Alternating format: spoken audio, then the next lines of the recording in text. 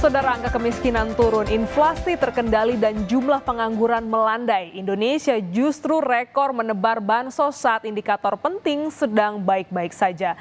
Masih relevankah bansos masyarakat bawah menjadi tumpuan saat pertumbuhan ekonomi selama ini digerakkan oleh masyarakat kelas menengah? Kita akan berbincang bersama dengan Wisnu Nugroho, Koordinator Bidang Kajian Pengentasan Kemiskinan dan Ketimpangan FEB UGM. Selamat pagi Pak Wisnu. Pagi Mbak Glennis. Iya, ini inflasi sedang terkendali, pengangguran juga turun, kemiskinan kita juga turun. Nah, sebenarnya apa sih urgensi untuk rekor bansos ini? Ya, sebetulnya kalau kita berbicara bansos secara umum memang dibutuhkan sih Mbak Glennis, mau saat sedang pandemi atau tidak pandemi, karena memang tujuan bansos itu adalah distribusi APBN untuk mencegah kemiskinan dan mengurangi angka kemiskinan gitu. Jadi memang tidak ada salahnya untuk meneruskan program bansos walaupun misalkan situasi sedang membaik gitu. Karena masih ada 2 juta ekstimpur dan kemudian masih ada sekitar 25 juta kita masih dalam kategori miskin.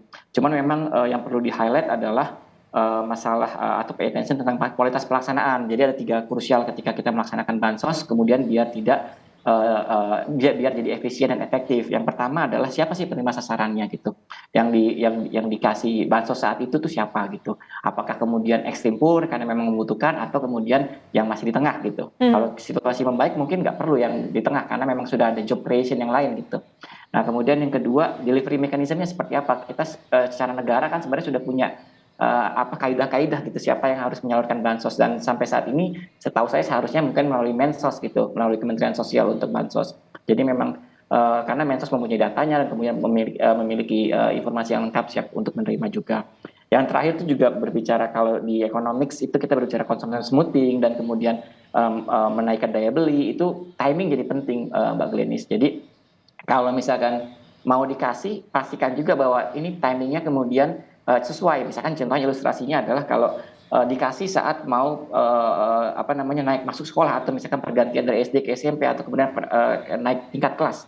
Nah, itu kemudian jadi penting kenapa kita harus kasih bansos, karena mungkin pengeluaran masyarakat akan besar. Tapi kalau misalkan nggak ada apa-apa gitu, terus kemudian memang tidak ada krisis, tapi mungkin kita bisa tunda sedikit gitu untuk kemudian pemberian bansosnya waktunya, seperti itu Mbak Glenis. Ya, ada 3 hal yang jadi sorotan, diantaranya timing, sasaran, dan bagaimana cara pendistribusiannya. Nah, tapi kalau kita lihat juga, kan ada indikator-indikator makro ya Pak Wisnu yang menjadi sorotan, kapan kita harus, pemerintah harus menggelontorkan bansos begitu. Tapi ini sedang baik-baik aja begitu, yang tidak relevan. Jadi siapa sebenarnya yang diincar untuk bansos ini? Itu mungkin harus melihat lagi ke data yang kemudian penerima sasaran. Kebetulan saya belum menerima atau belum mendapatkan informasi Mbak Glenis siapa dari 1,8 juta itu hanya disebutkan misalkan dari P3K dan BKKBN gitu. Kalau dari situ memang berarti kita bisa mungkin asumsinya ini adalah penerima bansos yang sebelumnya, yang bansos sembako gitu. Nah, kalau seperti itu urgensinya jadi kemudian agak berkurang ya menurut saya, karena bantuan sembako sendiri sudah terjadwal gitu, ada 2/3 bulan untuk mendapatkan bantuan tersebut. Jadi kan bentuknya adalah top up gitu. Nah, ini kalau misalkan ditanya alasan top up-nya itu kenapa, nah itu kemudian harus bertanya sama yang kemudian mengeluarkan ini. Seingat saya juga Kementerian Keuangan juga sempat ini ya mungkin memberi indikasi atau memberi sinyalmen bahwa sebenarnya bansos sudah max gitu, dan ini dana bansos top up ini kemudian dicarikan dari tempat-tempat lain. Nah, itu kemudian kalau misalkan kita berbicara masalah fiskal prudensial, itu jadi kita bertanya lagi kenapa terus dipaksa untuk diberikan saat-saat ini, kenapa nggak nunggu anggaran APBN 2024 misalkan, atau kemudian awal tahun tapi di bulan Februari Maret yang kemudian jauh atau setelah pemilihan umum misalkan seperti itu. Nah, itu kemudian bisa jadi kita bertanya kenapa seperti itu. Nah, itu kalau dari saya Mbak Gemis. Oke, tapi kalau kita lihat timingnya lagi, ini kan jelang pemilu, ada penambahan, tadi kan disinggung juga oleh Mas, sekitar 1,6 juta penambahan penerima bansos. Ini wajar atau tidak? Kalau penambahan, kalau kita berbicaranya adalah untuk menyasar yang sebelumnya nggak dapat Mbak Glenis, itu dan harusnya berhak, itu nggak apa-apa gitu. Dalam artian kita tahu data kita kadang-kadang ada exclusion error. Exclusion error itu berarti harusnya berhak dapat tapi belum dapat nih. Nah, sekarang pemerintah berusaha mengejar nih akan dapat lagi gitu, atau akan orang yang tidak dapat jadi mendapatkan bantuan. Cuman kalau hanya untuk men-top up yang kemudian tadi kita bisa bilang bahwa ada yang inclusion error, harusnya dia nggak berhak, tapi malah di-top up gitu sama pemerintah, itu kemudian jadi masalah. Kalau timing-nya mendekati pemilu memang terus akhirnya semua orang punya kesimpulan ya bahwa ada memang dorongan untuk kemudian ke arah sana. Yang ini sebenarnya kalau kita berbicara masalah populismenya sudah agak kelewatan kalau misalkan di economics gitu. Populism is good at certain point gitu untuk karena kita memang butuh membantu masyarakat, tapi kalau jadi bansos berbentuk bansos kampanye itu yang kemudian harusnya jangan pakai APBN dong gitu, seperti itu. Nah, kalau kita bicara soal bansos kan namanya juga bantuan sosial ya. Ini kan menyasar kelas bawah ya, Pak Wisnu. Sedangkan Betul. kontribusi golongan ini sekitar 10 sampai 11% pada perekonomian. Jadi masih relevan nggak sih bansos ini sebagai tumpuan?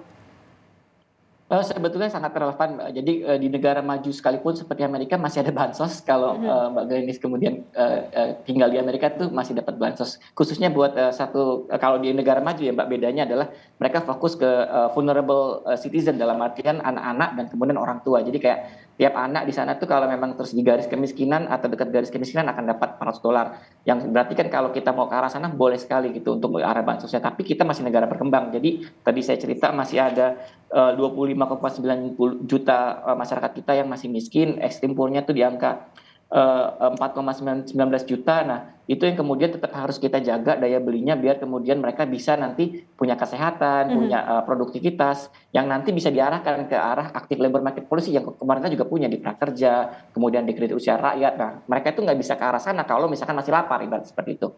Jadi bansos itu tetap masih dibutuhkan, tapi memang terus tadi ya highlight tiga kuncinya. Di samping juga di komplement dengan social assistance seperti social insurance seperti BPJS, kemudian ketenagakerjaan seperti itu, Mbak Glenis. Oke, Pak Wisnu, terakhir, kalau kita bicara soal masa depan ya, kalau struktur ekonomi Indonesia ini bergantung dengan subsidi, dengan bansos, apakah ini masih aman?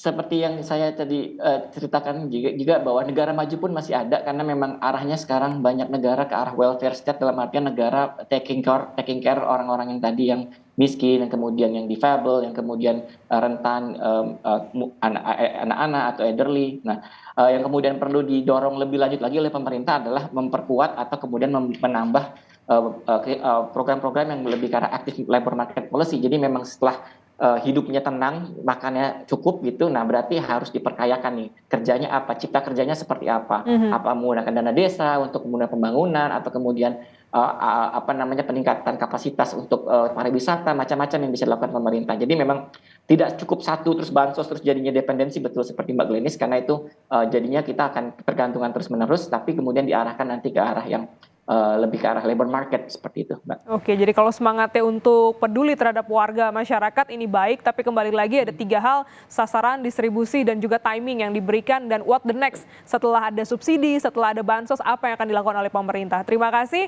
Mas Wisnu Nugroho telah bergabung di Kompas Bisnis pada pagi hari ini. Sehat selalu. Terima kasih, Mbak.